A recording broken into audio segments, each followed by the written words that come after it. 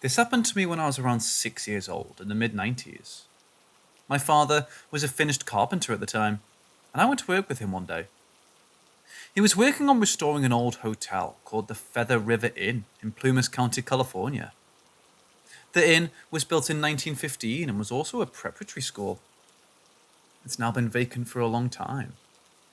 At the time, I knew the inn had a history of being haunted, or at least very spooky. My dad had told me about the place and about the stories he'd heard. He later had his own story. I was little at the time and didn't really think too much about it, but I remember I was excited to go and see it in person. The third floor was abandoned and was in really bad disrepair. I remember it being really dark and in shambles. Think any kind of old abandoned building. We went to the third floor to look around because there were really weird paintings in some of the rooms. They were painted in all black and white swirls like hypnosis circles. The crew imagined boys from the prep school probably drew them, but no one knew for sure. The strangest thing was they even found mummified cats in one of the walls up there. The second floor was where they were working that day. As we walked there, we passed colonies of bat balls on the ceilings. They were literal balls of bats all clinging together. The place was very eerie. So I remember the second floor was shaped like a big square with one hallway around the perimeter. The halls were very long. The part of the hall they were working in was in good shape and lit. There were other guys working all down this part, busy doing things. I was standing at one end looking all the way down the hall. I realized someone was peeking around the corner at the other end of the hall. It was a woman. You can tell I was little at the time because I just assumed it was the wife of one of my dad's crew members. She had long black curly hair, fair skin, dark eye makeup, and dark clothes. She really resembled this man's wife, so I excitedly started to wave at her. But she did wave back. This went on for a while, and I felt really confused. I started to feel strange because no one else in the hall was reacting. She was just deadpan staring at me, so I reflexively turned to look behind myself. Maybe she was looking past me. When I turned back, she was gone. I thought this was weird, so I walked down the hall and turned the corner. When I looked down this part of the hall, it was totally black and all a mess. They hadn't even started working on this part yet. That's when I got pretty scared because it all sank in at once.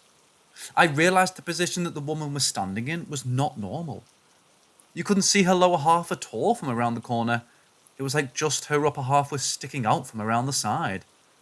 At that point, I realized that her hair wasn't curly. It was just out of control. She wasn't fair-skinned. She was basically pure white. Her dark makeup was actually just two big vacant holes of eyes. It's crazy looking back on this experience because it's like, what on earth was I thinking waving at that? It's also strange that it took a while for me to process how creepy she looked. I can still totally see her and the whole experience in my mind's eye. I can't totally remember her expression though. I think it was just blank or serious, not smiling. I can't remember what I did next, but I know I've talked about it with my parents in the past. Basically, everyone who has spent time there has had a strange experience. Whatever I saw, it was so vivid that I interacted with it. Any thoughts or ideas?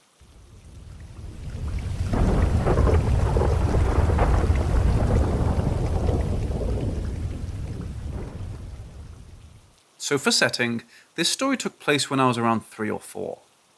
My mom, a woman who strongly denies ghosts exist, is the one that told me of this encounter. Apparently, this had happened several times throughout my childhood.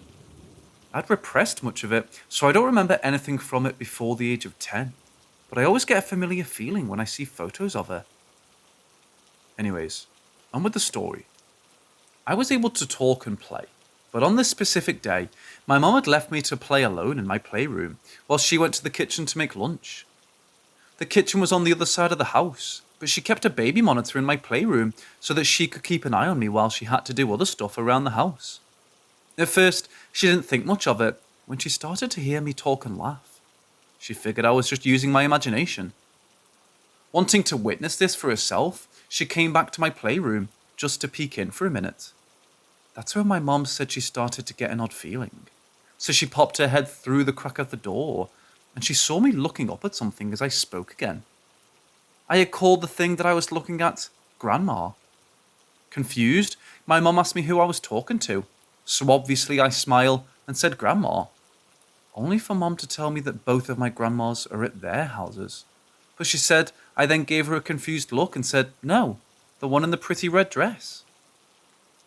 The only photo any of us have framed of her is a photo of her in her late 60s from before she died, wearing a long red dress with white lace at the neckline. My great-grandma died before I was even born. Like I said, my mom doesn't believe in ghosts, but to this day, she gets uneasy talking about it. And every time I see a photo of my great-grandma, I feel a sense of familiarity, like I knew her.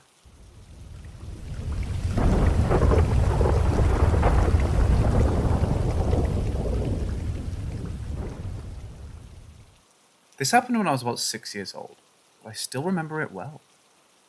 Like many kids that age, I was scared of the dark, so I often moved to lie with my head in the bed's foot end, as it allowed me to peek out the door and into the living room, where my parents usually watched TV after tugging me in. This particular night was no different. It was dark and quiet when I woke up. My parents must have gone to bed. Then I saw a slender woman who looked to be no older than 30. Her fair hair was long, almost down to her waist, and she wore a simple dress that reached her shins. She wasn't transparent, but she had this weird, faint glow, and she held her arms to her chest as if she was carrying a tiny infant. I knew instantly that it wasn't my mother who had short hair, almost a bobcat, and she never wore more than underwear to bed, maybe a t-shirt at most, but certainly not a long nightgown. Furthermore, my younger sister was a toddler at the time, far bigger than the infant-like thing that the woman was holding. She walked silently with a face directed down towards the infant, paying me no attention as she slowly made her way past my bedroom door. I knew it wasn't my mother, yet I felt absolutely calm despite my usual night terror. It was as if I recognized instinctively that this woman, whoever she was not a threat to me. And so I lied still, waiting for her to return and pass by my room again. She couldn't walk more than 3 or 4 steps past my door in the direction that she was going, due to an old wooden dining table blocking the way. She couldn't even walk around it either. She would have to turn around. But no matter how long I waited, she never returned. In the end, I got tired and got out of bed to check it out. Nothing. There was no one in the living room, nor the kitchen. I even went to check on my parents, who were sound asleep. Puzzled, I headed back to bed and eventually fell asleep. I asked my parents at breakfast the following morning who the lady from last night was, as I had never seen her before. Had they held a late get-together? But my parents had no clue about what I was talking about, and I ended up just shrugging it off. I never saw her again, but my fear of the dark ended soon after, as if the encounter had somehow assured me. And more than 2 decades later, I still feel her presence in the house. My parents and sisters have noticed it too, although they've never seen her. Sometimes we all joke about it, except for my sister, who feels uncomfortable and creeped out about it. My childhood home isn't particularly old, but had been owned a few times before my parents purchased it in their late 20s. We're not religious, and I don't know who or what she could be. The house would feel oddly empty without her, and I like the small signs of her there. I do wonder, however.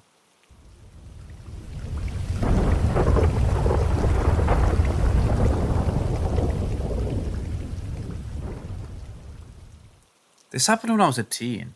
I'm 26 years old now. This is important to mention because after all those years, I still feel bad if I think about that day. My parents decided to move, and I went with them to look at some houses. The first 2 were okay, but not quite what my parents were looking for, since they wanted a house with a big backyard. The realtor decided to show them a newly vacant house. The owner was an old lady who had died, and their sons decided to sell the house.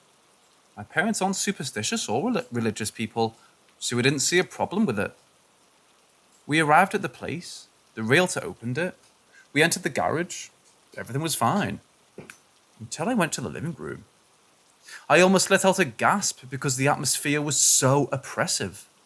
Like there were invisible eyes everywhere observing and judging me. Felt like there was a weight on my chest. I couldn't even breathe properly.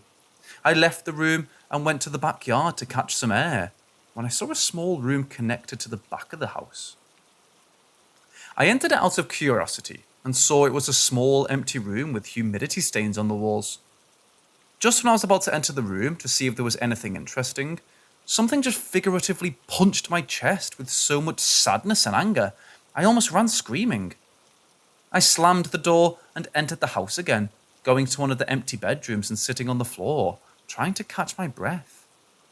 I couldn't stay though, because the feeling of being watched or judged by numerous invisible eyes returned with even more intensity. At this point, I left the house to find my parents talking with the realtor in the front garden. I grabbed my mom by her arm and begged her to go home. After some awkward excuses, my parents finally went home. I didn't say a word during the way back, but when I arrived home, I just cried and cried and cried for hours. My parents got concerned and asked me what was happening, and I just kept repeating, I don't know, I'm feeling so sad. I felt like I'd never be happy again. I still think about that day and still get shivers. As I write this, the hair on my arms is standing up. Last thing I heard about the house is that someone else bought it and turned it into a restaurant.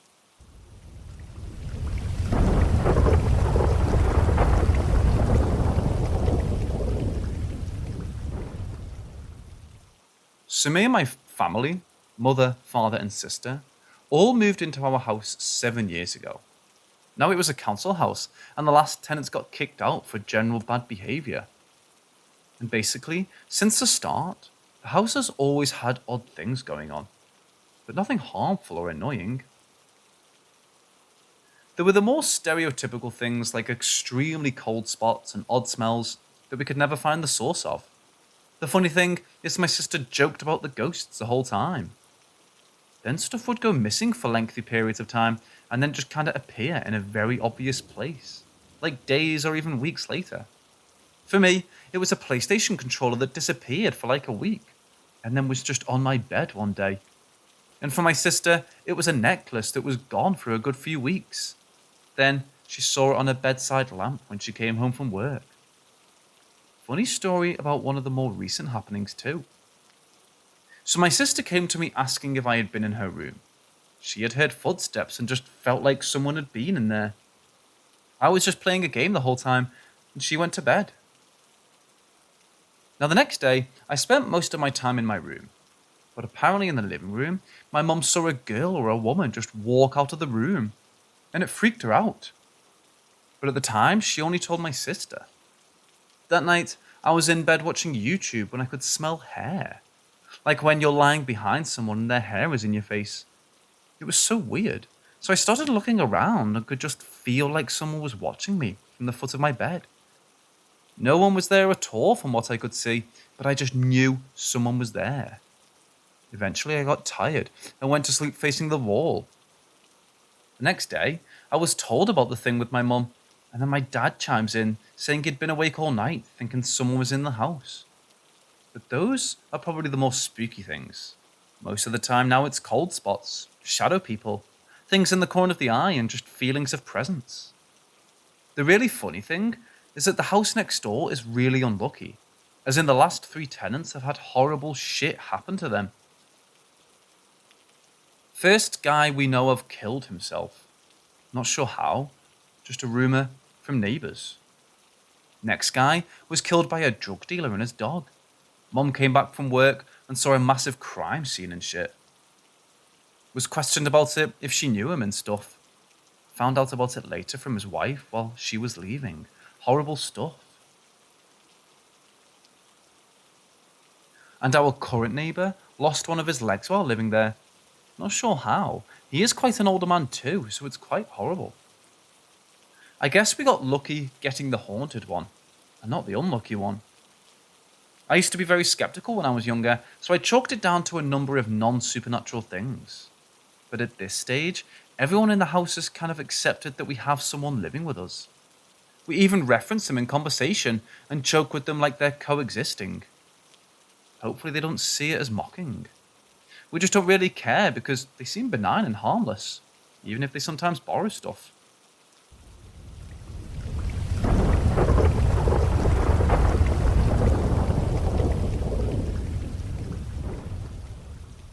I was in my 30s when this happened. I'm a ticket collector on a train. I have to travel across my country for the sake of my job.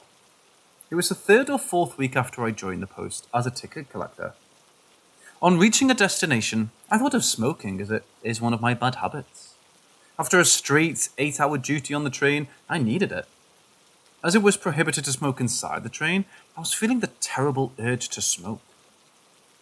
On reaching the station, I undressed myself in my uniform and got myself in common attire in my room in the station itself that was given to me. It was only 10 p.m. and outside the shops were closed. I haven't bought any cigarettes till now, nor have I had a single one. I thought, how can I manage the whole night without it? So anyway, I have to find an open shop nearby. At 10:30 p.m, I left in search of a shop. I didn't find a single shop open nearby.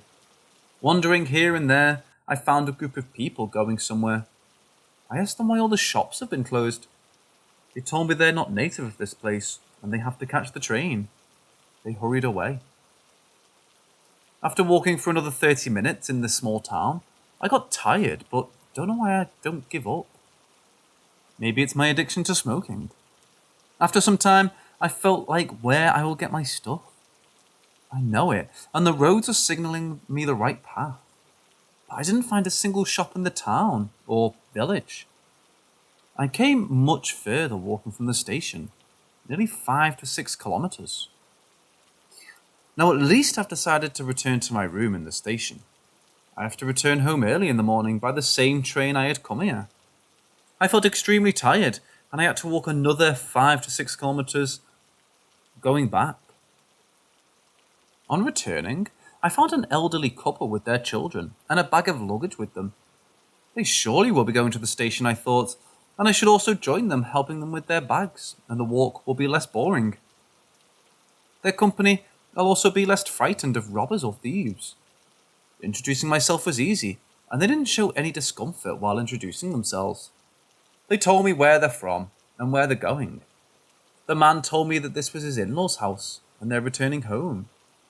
Their train was at 3:45 a.m, and now it was 2 a.m.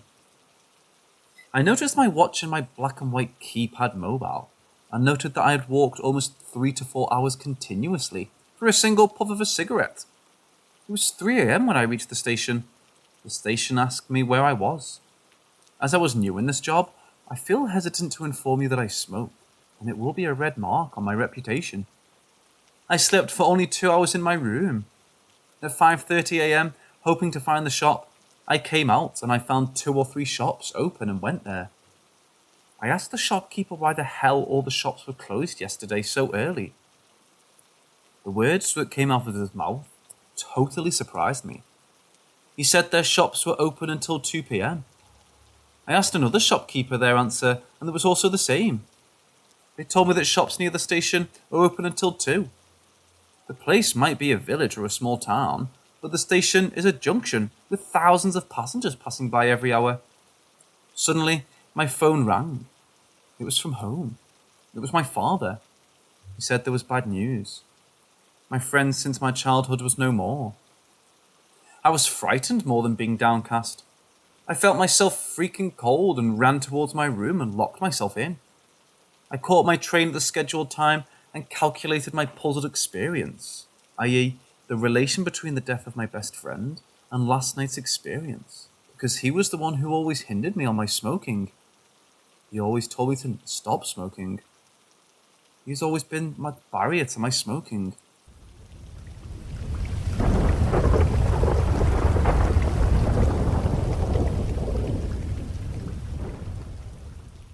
Long time ago, my mother at random and rare times would go on these drives. Her definition of a drive sometimes meant going from a town over an hour away to visiting a a state over. And I would sometimes join her on these trips when she called, because, I've nothing better to do. This happened on one of these many trips. We were returning back to our town that we both lived in. It was in the afternoon, 2, maybe 3, and the weather throughout the day was fairly good with some clouds. We were going through a town where I used to go to school, where she turned to me and asked if it was alright we took a detour to check her then boyfriend's place and animals. I know these roads, so I just shrugged and said, sure. It was a 15-minute detour after all. So she turned off the main road and down a road I knew all too well. As I said, I used to go to school in the town we just passed, and this road we were currently on was the road my bus would take. And after all those years, I still knew the road. I knew every corner, every bump, every hill. The road itself was somewhat small, enough room for 2 cars to drive on with ease. Anything bigger, well, someone was driving on the curve. So here we were on the same road I took when I went to school. The same road I dreaded so many times. As we made our way down the road, I turned to ahead of us, and in the direction we were going was a figure. From the distance we were at, I could see that it was a man, but more importantly, a farmer. If you could imagine the stereotype of what a farmer would look like, you'd be close to what he looked like. The wide brim hat, overalls, boots. As we got closer, I could see more detail about him, and more red flags were just going off in my head. I could see the white hair, the colour of the flannel shirt, him having one of the straps of the overalls off. However, he just looked off. His clothes looked like something from the 60s or 70s. And second, he seemed to be oblivious to us. I thought he would turn to look at us or just walk slightly off the road to give us room, but he didn't. Soon, we were only mere feet away and I was focused on him. And as we passed him, my eyes followed him, and as soon as he reached the side passenger window where I was at, he vanished. Completely evaporated right in front of me. I turned so hard to look behind me that I would have given myself whiplash. I was looking to see where he went. All I saw was the road. A single tree and the fence line to paddocks. No farmer anywhere. As I stare, questioning my sanity, I hear, "You saw him too?" I turned to my mother, asking if she saw a farmer. She responded with a yes. I then described what he looked like, and again she confirmed it. She saw the same person as I did, and I saw him vanish into thin air. Like I said, I've been on that road many times, before and after this event, and I've never seen him again. This was not my first time seeing a ghostly person, and if anyone's interested, I can retell some of those here of the many times my mother lived in a house with an extra person also living there.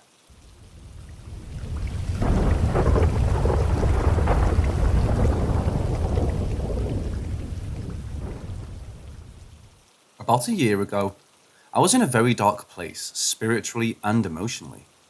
I rarely prayed. I had so many insecurities, worries, and problems in my life. It was a struggle just to get day by day. It was at this period in my life I started to wake up to black demonic figures in my room almost every night. I can't remember when it started, but I remember the worst nights to this day. Usually, they show up either beside or at the end of my bed. Tall, sinister, and blacker than black. I never had sleep paralysis, and there was never anything in my room that could look like these things, yet I still saw them. It got so bad, I had to sleep with a flashlight next to my bed, because the only way to get rid of them was to quickly shine my torch at them when I woke up. Usually, I'll wake up to one in my room, which would freak me out on its own. But one night I woke up and saw 3 of them all surrounding my bed. All the same height, and all facing straight towards me, not moving or talking. Just watching. That terrified me. Now, all this can be explained rationally, right? Overactive imagination, or just being half asleep, right? Well, I have 2 reasons why I think these things are very real. I woke up one night seeing a smaller one, like a child, at the end of my bed. For some reason I wasn't scared. I think it was because I was still waking up. I've never spoken to these things ever, but on that night, I did. I just said, "I can see you," while looking towards it, and the creepiest thing happened. It started moving towards my desk and literally stood behind my desk as if it was trying to hide. Fucking crazy if you ask me. My other reason is earlier this year, some missionaries came to our place for dinner, and I asked them to bless the house and our family. After that, I never saw one in my room again.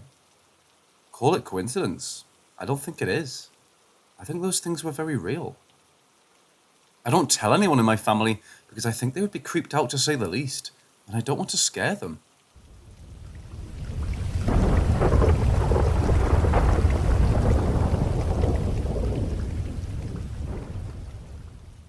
Some backstory. My mother has breast cancer. Not saying this to get sympathy points, just pointing it out for the story. Before our town got a cancer treatment centre at the hospital, my mother would have to travel to a city 4 hours away to get treated.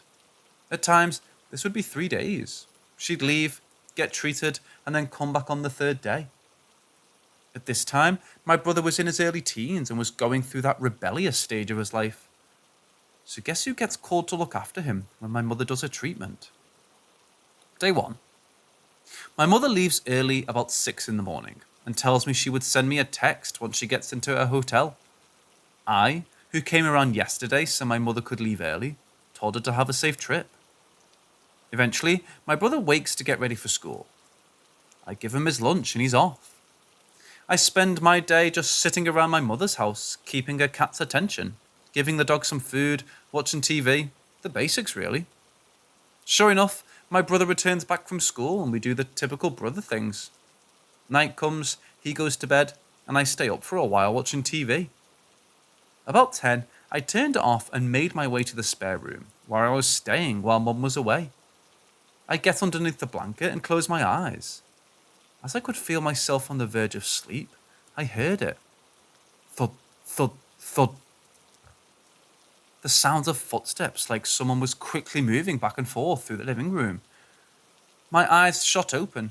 My thoughts quickly went to burglar. Someone was in my mother's house, quickly moving around to find anything to steal. But as I listen, I notice something. I would hear it, then a pause, then again. Like someone was running back and forth, only stopping for a moment to do it again. The sound was too light for a grown person, but something more of a child.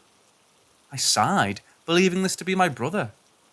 My mother had told me before she left how my brother would sneak out of his grab and phone or Game Boy and play it when he was meant to be sleeping. Believing this was the case, I got out of bed and made my way into the living room. As I did, the noise stopped. I continued on, up to my brother's room. I opened the door and peek in.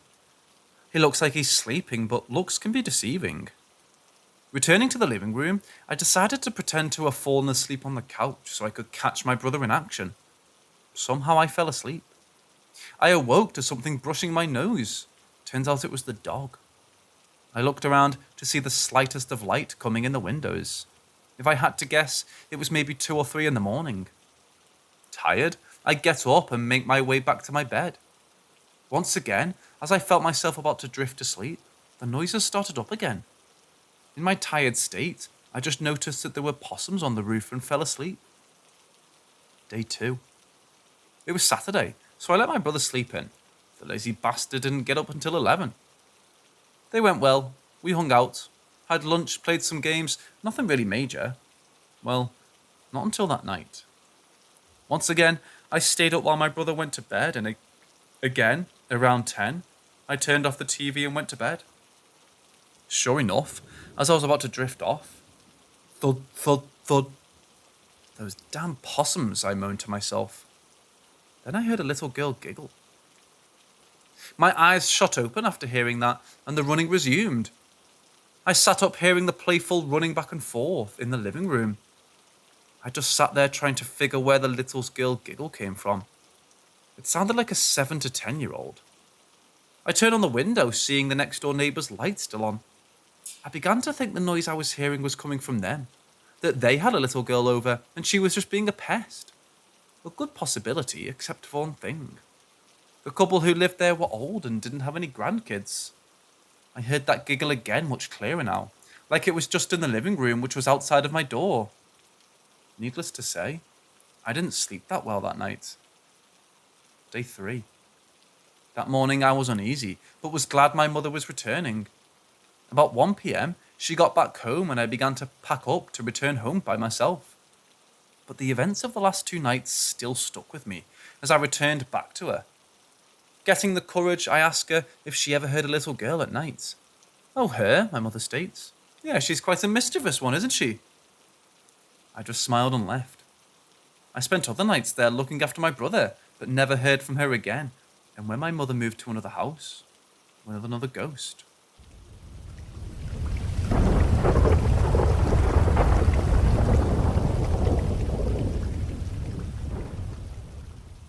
When I first got with my girlfriend, she told me about a weird experience she and a friend had in Swansea, South Wales. She explained that she had seen a weird flock of shapes flying around the bay, just above the surface of the water. She firmly denied all of my suggestions as to what they could be. What about birds? No. What about flying fish? No. The shadows of birds? No.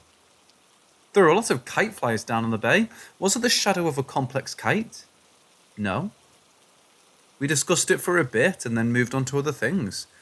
I thought nothing of it for another few years. Then one day, I'm down on the bay with a friend of mine. It's a bright, sunny afternoon. Swansea Bay has a large set of double-height concrete stairs that follow along the coastline for half a mile or so, like amphitheatre seating. We were sitting on them chatting and looking out to sea, when my friend pointed out to the shallows. The sea was probably a couple of 100 feet away, and said, "What the fuck is that?" I followed the direction she was pointing and saw a formation of a diamond shape. Objects. There were probably 8 to 12 of them, each around a foot or a foot and a half, perhaps a bit bigger. They were translucent black, like smoked glass. They flew in a grid-like formation, moving as one object, with the occasional sliding shift from one position to another, always maintaining tessellation. They flew fast and sporadically, mechanically, and I'd guess intelligently, zipping directly from one spot to another and stopping, hovering for a second and then zipping to another spot. While visible, they would stay a couple of feet to 6 inches above the ocean surface. Every now and then, they would seem to merge with the surface of the water and re-emerge somewhere nearby. They would zip over the surf where it was only an inch or 2 deep. On one occasion, they were right next to a guy walking his dog by the water's edge. The dude and his dog didn't react in any way. I have to assume they weren't visible to them. They never went past the edge of the sand.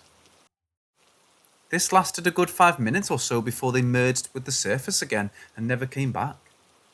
Every time I go down to the bay, I keep a lookout for them, as obviously it's a recurring phenomenon. I've never even heard of anything similar to this, so I've no frame or reference or any way of categorizing the experience. I really hope someone here has seen or heard of something similar. I probably still think about it a few times a week.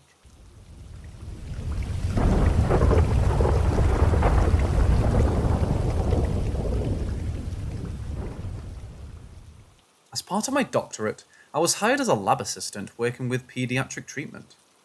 We were working on a paper measuring the exposure effect of a potential contaminant. While my colleagues were working on the measured effects on adults and the elderly, my team would work with children. The potential disruption to developing adolescents was deemed important enough to have a separate set of experiments and measurements. The study garnered unilateral attention and funding of not only one, but 4 different pharmaceutical companies. I was hired pretty late in the process. I wasn't even sure what the contaminant was, as it was just designated as the contaminant. Apparently, it was something that resided just under the topsoil in a large residential area. To not taint our measurements, me and my colleagues were given minimum information about the symptoms to look for and what to expect. Instead, we were provided a set of experiments and willing participants. It was all fast and haphazard. Most of us started on a Monday, and Tuesday the following week was the day of our first experiment. Little time to prepare, get settled, or even understand. Still, this could be big enough to launch a career. The experiment, described as the Cognition and Ocular Development Assessment, CODA, was to be performed with full consent and supervision of the parental guardians. All children were between 6 to 10 years old, and none of them had any observed deformities or illnesses. We were given limited access to certain medical records to make sure our study didn't have the potential to cause any harm. Then again, I'd read the experiment checklist, and there was nothing that could damage anyone. If anything, I argued the results would be pretty much useless. As Tuesday came around, me and my 2 colleagues had prepared as best we could. The 3 of us would put 1 participant each through a series of tests. The CODA was 3 tests over a total of 3 hours. The parents were to be asked for consent before and after each step, and given the ability to stop any test at any given time. The experiment overall was surprisingly simple. It was supposed to be a measurement of cognitive and emotional development, mostly tested through facial and spatial recognition. The day of the experiment, I first met Logan, an 8-year-old kid sporting a baseball cap and a brand new Pokemon t-shirt. His mom was a bit anxious, but from what I'd been told, she'd been generously compensated. As I met them in the parking lot and led them inside, I promised her we'd go through the specifics. "Don't worry," I said, "we're mostly going to look at pictures. Doesn't sound too bad, huh?" He shook his head, but I'd yet to see him smile. Maybe his mom's anxiety rubbed off on him. The testing room was somewhat small and made entirely out of concrete. There was a pair of opposite 2-way mirrors on each side of the room. The walls were painted this sickly mint green, a colour so neutral it hurt to look at. The first test was all about emotional intelligence. In sets of 6 pictures each, I was to show Logan various expressions and ask him which mostly correlated to an emotion. If they answered objectively wrong, according to a chart, we were supposed to ask them to explain their choice. Simple enough. I'd done something similar before. But this is where I first realised that Logan wasn't some ordinary kid. As I laid out the first image set, I asked him to identify the happiest face. Clearly, it was card number 3, and Logan answered as such without hesitation. In the second image set, he was asked which one was the saddest. Again, it was number 3. He answered correctly again. In the third picture, the 6 pictures were a wild mix. Some sad, some happy. One guy was sleeping in the corner. "Which one is the angriest?" I asked. There was a correct answer, number 4. A woman furrowing her brow and exposing her teeth. Yet Logan looked at them for all a long time. "Number 6, he said finally, pointing at the sleeping man. "How come?" I asked, following protocol. "It's complicated. They almost killed his mom." The kid seemed almost distant, staring at the picture. What the hell? He answered the rest of the questions flawlessly, but that answer stuck with me. Such a strange reaction. Not only did he answer an obvious question wrong, but it was also such an odd explanation.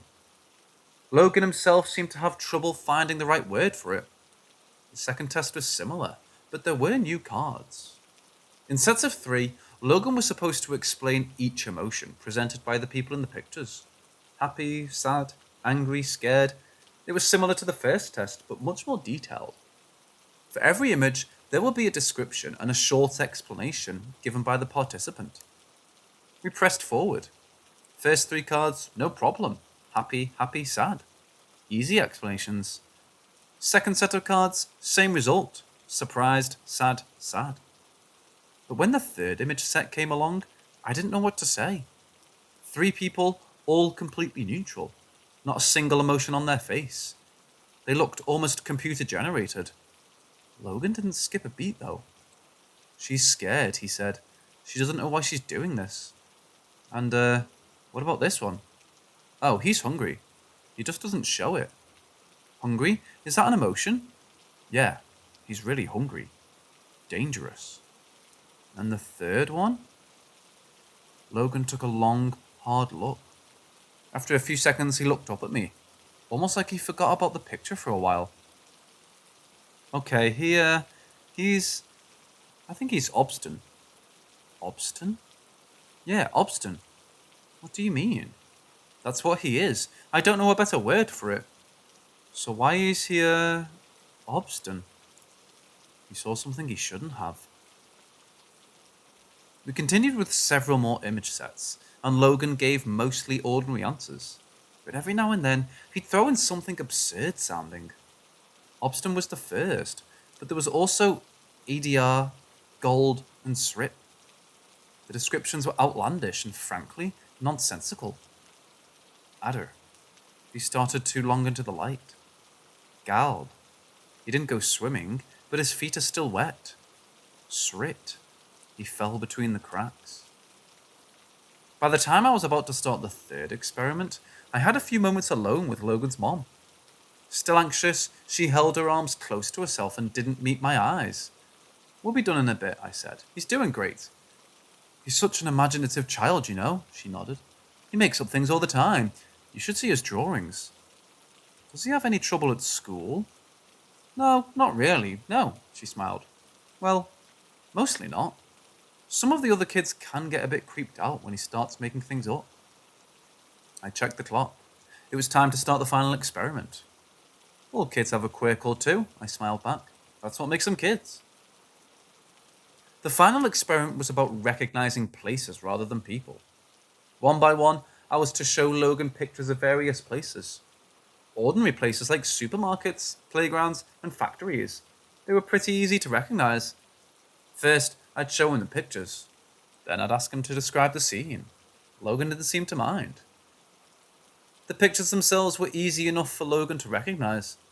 One by one, he explained what he saw. Factories with lots of cars parked outside. Empty playgrounds. But as we got to a park, he sort of stopped. His expression shifted. That's a graveyard, he said. I had to stop myself from correcting him. It was obviously not a graveyard. Can you describe it? I asked. I really don't want to. There's a lot of people there. What kind of people? I was going off script, but I was just too curious. Logan leaned in to look closer at the picture. There's a lot of strange colours, he said. The people who used to be there are gone. I couldn't tell what he was seeing. The picture was empty. As we finished up, Logan went to the bathroom. I got some time to talk to his mom on our own, and I brought out the picture of the park. Do you have any idea what he sees here? I asked. No, she said, shaking her head. Could be anything. It's just strange, I said. Usually kids make up stories about dragons, lasers, wizards, that kind of stuff. Not graveyards in parks. Are you calling my son strange? I lost my train of thought. As Logan came back, she grabbed him by the arm to leave. Before they did, I caught up to them. I had to try something. Logan, I said, just a moment. I was thinking about buying this house, I said, bringing up a photo of a place I'd been checking out a few times. What do you think? He just stared at me as if he didn't understand. He took off his baseball cap and scratched his ear. Looks dirty, he said. A lot of row. Right there, in the... Come on, Logan. His mother tugged his arm, and he was almost dragged down the hall. Turning back to me one last time, he yelled back. He looked up, and then he didn't. I didn't lie when I said I was thinking about buying that house. There was an open viewing the next day, and I decided to drop by on my lunch break. There were about 8 other people there, all couples. I kind of disappeared among them.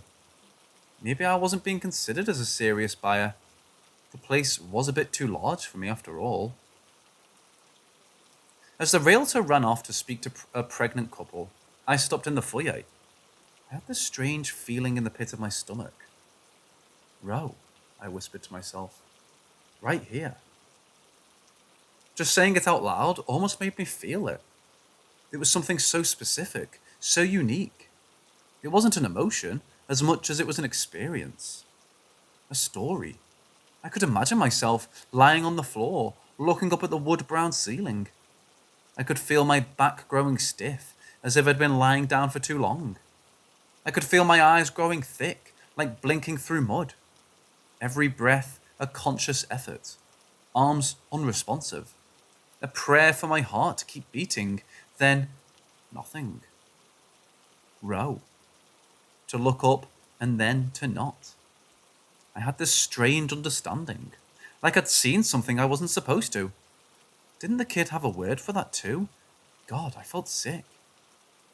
Everyone was gathered around the realtor in the living room. I don't know what gave me the courage to confront him, but I just blurted it out. Did the previous owner die here? I asked. In the foyer? No, they didn't, he answered. You have to tell us if they did, one of the couple said. Another couple agreed. Okay, yeah, I mean, no one has died here. That much is true. No one did.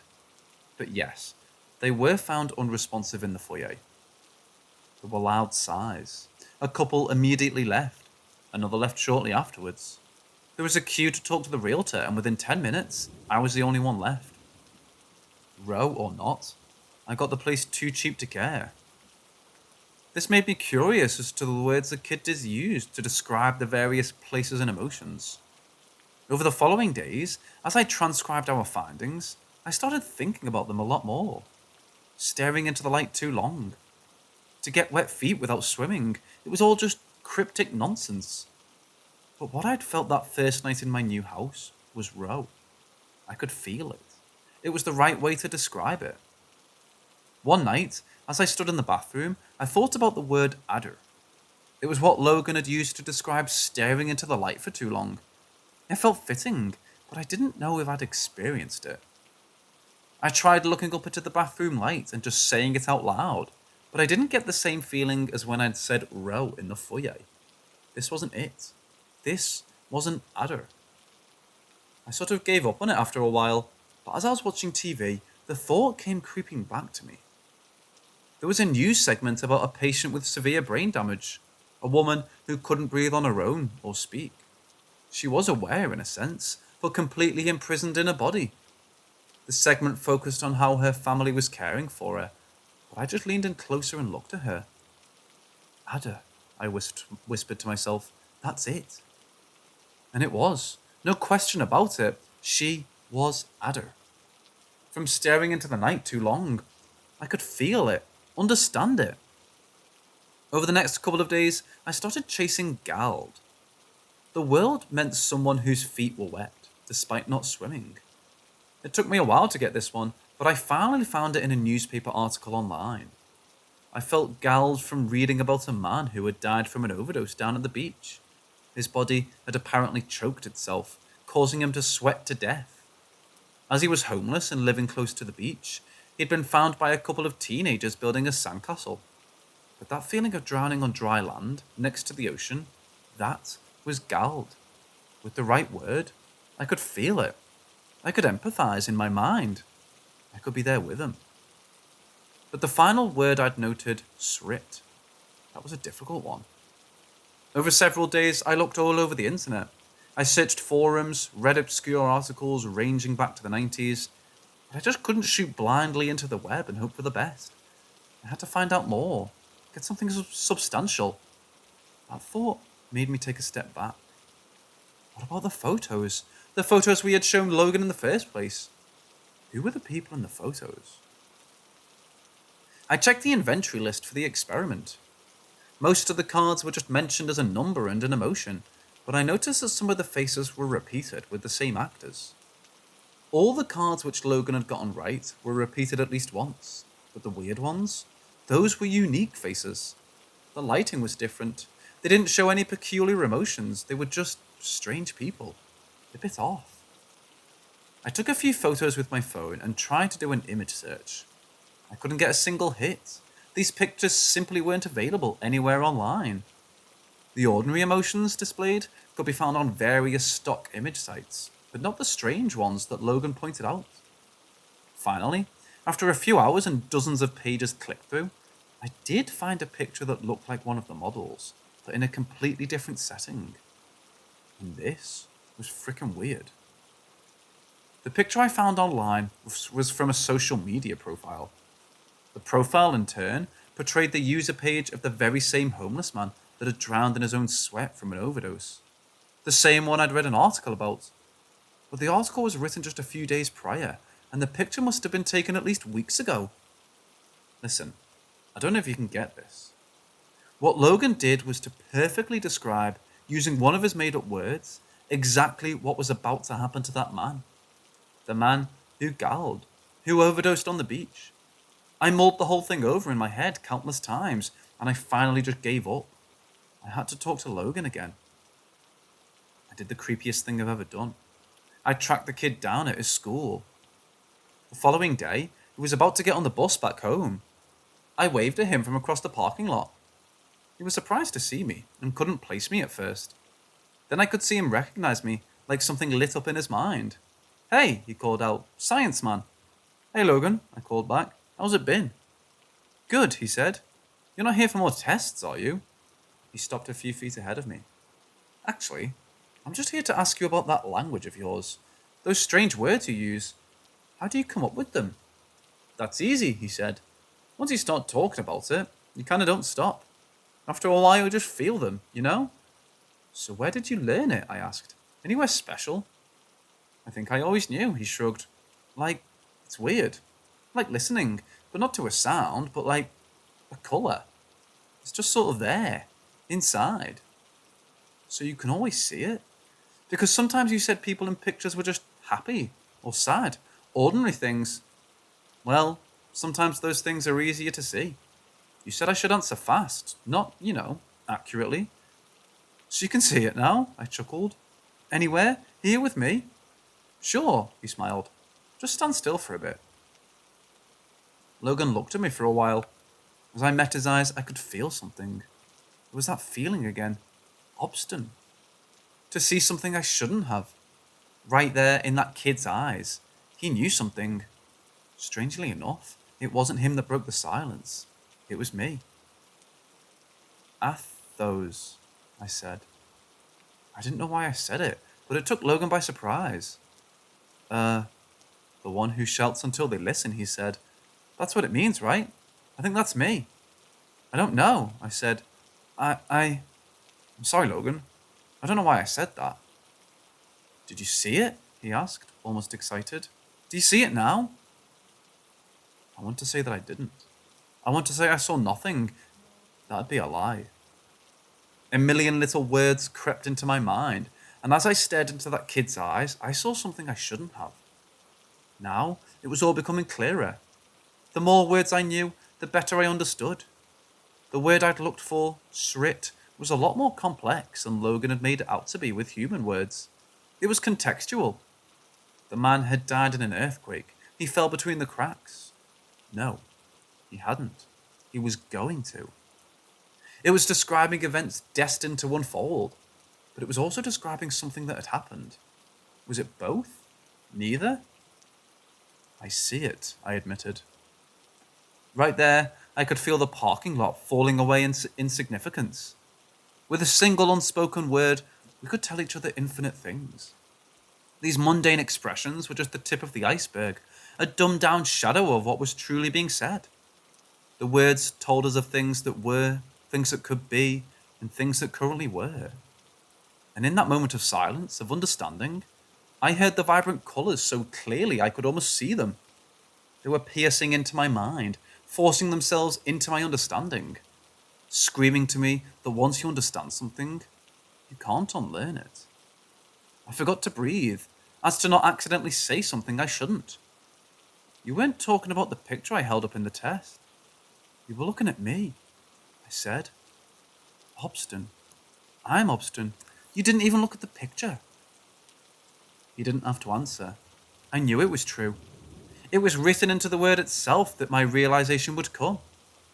Then, as possibilities came rushing towards me, I could feel an enormous weight come down on me. My mind couldn't take it. My body was shutting down as I fell to my knees, screaming until my neck felt raw. The world started to fade as my heartbeat swallowed my hearing. I have a hard time describing what happened next. When I closed my eyes, I'd see millions of possibilities. Mostly pain, suffering, and terror. My own thoughts and emotions multiplied like a torch in a hall of mirrors. I'd see myself waking up in my bed, only to get murdered by 1,000 different weapons.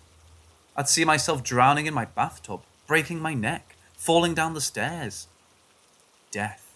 So much death. And then, in the blink of an eye, I'd be in the back of an ambulance, feeling the residual effect of a defibrillator on my chest. As I blinked, the ambulance burst into flames. The driver crashed into a tree. Someone carved their initials into my chest with a scalpel. None of it was real, but I couldn't tell anymore. Different words with nothing but a well-placed syllable. All the while, I was just spitting out seemingly random words. My eyes lost focus, and as I lost grip of reality, my body shut itself down in self-defense. Thank God. This was back in January 2019. Logan was born with this language already stored in the back of his mind, some kind of residual effect from his contamination. But for people like you and me, we can't take it all at once. So over the years, with intense therapy to back me up, I've settled on trying to learn one single word. I'm going to try and find out as much as I can about just what it means to be obstinate, the word describing me. There was so much to that one word that you could fill a lifetime with it. In a way, maybe that was the point. A good language, meant to fit all of our very beings into simple expressions, like compressing a folder into a zip file. But that's just the thing. To learn what it really means to be obstinate, to be my word. I can't really do anything else but to live and see what happens, not unless I want to go back to where my mind wandered off to. Still, sometimes I can feel something creeping back into my mind. Little tingles, syllables and sounds, reminding me of all the knowledge I still have stored away somewhere in my inner madness. Little worlds with galactic proportions. It's so easy to slip back into that mind, just inches away from the edge of what my physical brain can hold. I sometimes wonder what all your words are. I sometimes wonder what they mean. And really, really try not to think about it.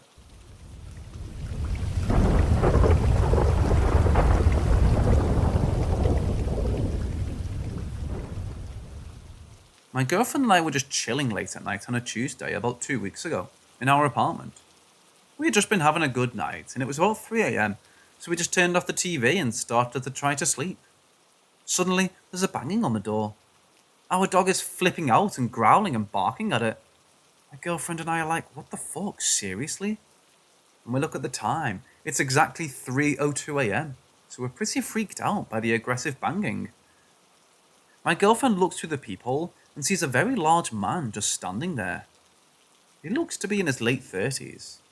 Maybe she saw him more than I did, because I was really scared and I only looked once. She yelled at him through the door asking what he was doing, and he stopped knocking for a second, didn't say anything, and then kept banging. Eventually he gave up and went away at 3:06 a.m. After this, we were very shaken up, especially since we're two young girls alone without anything really to defend ourselves. We were too afraid to sleep, especially because our glass sliding door to our balcony doesn't lock. It's been broken since we moved in. We were so freaked out that we should have called the cops. What kind of person does something like this at 3 a.m? And I was convinced that if we had opened the door, he would have forced his way in and hurt us. We were just starting to calm down 2 hours later when it happened. We heard banging again. He was back. The time was 5:02 a.m. I still think it's weird that he came back at the exact same time, 2 hours apart, but he kept banging. This time, my girlfriend shouted more at the door, asking what he wanted. I was freaking out and cuddling our dog, who was scared and whining. This time, he started talking about if we knew some guy named Kyle on the 3rd story, and he kept telling my girlfriend we needed to open the door because he couldn't hear us.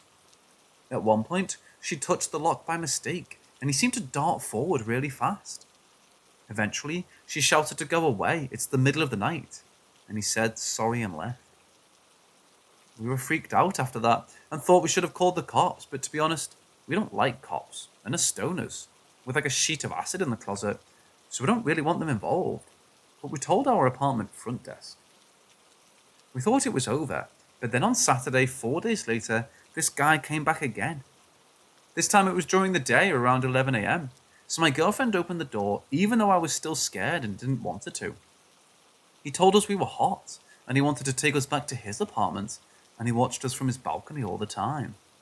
And he pointed to the apartment he lived in, which was across from us, and we could see each other's balcony. He sounded like something was wrong with him when he spoke. like he was mentally challenged or had a brain injury or something. But we told him we were lesbians and not interested and to go away. It's really creepy because we did see him on the balcony while we were smoking, staring at us for about 2 weeks before all this happened.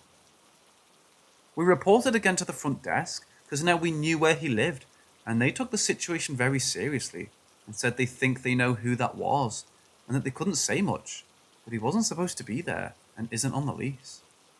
They confronted the lady who lives there and said that she knew who they were talking about before they even finished the sentence. And she didn't want him there, but he wouldn't leave. And she sent an apology to us and said he would leave immediately.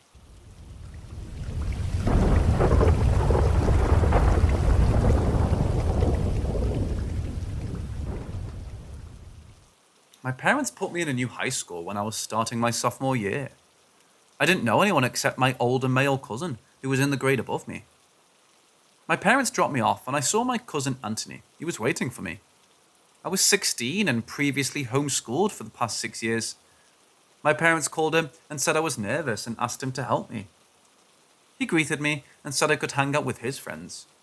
He brings me to a group of 6 guys. They're odd, sporting death metal shirts and didn't talk much. I was an annoying 16-year-old girl that did ballet and was rather outgoing. So I inserted myself and they all started to call me their little sister. One guy, we'll call him Mark, took a liking to me. He was by far the weirdest, always talking about death metal and death in general. But he loved me like a sister, and we hung out all the time. Fast forward to my senior year. They're all just graduated, but my cousin and Mark were going to the same college and sharing a dorm. They told me I could make the 45-minute drive whenever I wanted to stay the weekend. So I did. Every weekend after ballet, I would drive up and visit. One Friday night, my cousin called and told me under no circumstances was I to come up. I got upset and asked why. He said Mark was being weird. I questioned him further. Apparently, my cousin went to work. Mark texted him and said he was going to robo trip and asked my cousin if he wanted to join. My cousin said no, and that was that. 2 hours later, Mark called sounding fucked up and told my cousin not to come home, but to go to his parents for the weekend. My cousin was frustrated because he didn't want to drive 45 minutes back home. He asked him why, and Mark just said, "The voices are telling me to kill the next person I see. I don't want to kill you, Anthony." Mark has always been a little weird. At parties, he tries to get people to stab him, gets in random fights, and really just gets joy out of watching other people get hurt. So I listen to my cousin and agree I won't come up. About 30 minutes later, Mark is calling. He asked me to come over. I lied and told him I have ballet the next morning, so I can't. He's annoyed, but says okay. The next day, Anthony picks me up and we go to his dorm. Mark is passed out with a knife in hand. He carved into the walls, "I must kill," over and over again. He also had numerous cuts and smeared his blood on the walls.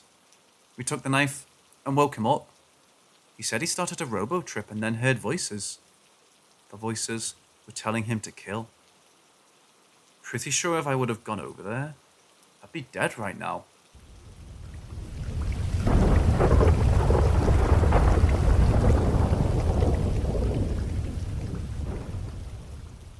I was 25 and living in Los Angeles in a big apartment complex. One day at the apartment gym, a man started talking to me while I was working out. He seemed a little off, but I thought he may have a mental disability based on his behaviour. So I responded to him politely and went about my workout. At this point, there were several other people in the gym and in the vicinity. I didn't think much of it. Cut to maybe 15 or 20 minutes later, the gym is cleared out. It's night time, maybe around 9 p.m. I'm on the treadmill running, and the man re-enters the gym with an FBI hat and badge around his neck. He's holding something in his hands. I think handcuffs, but I'm not 100% sure. Anyways, he tells me that I'm going with him as I'm under arrest for making hand gestures. I'm terrified at this point and feel extremely vulnerable as I'm literally running on a treadmill. Mind you, I'm 5'1" and around 100 pounds, so I really didn't know what to do or how to get away. I have no idea how much time went by as I'm still working to piece the story together, since I remembered it a little over a year ago. To be honest, I didn't even remember how I got out of the situation. My husband had to remind me a lot of the details.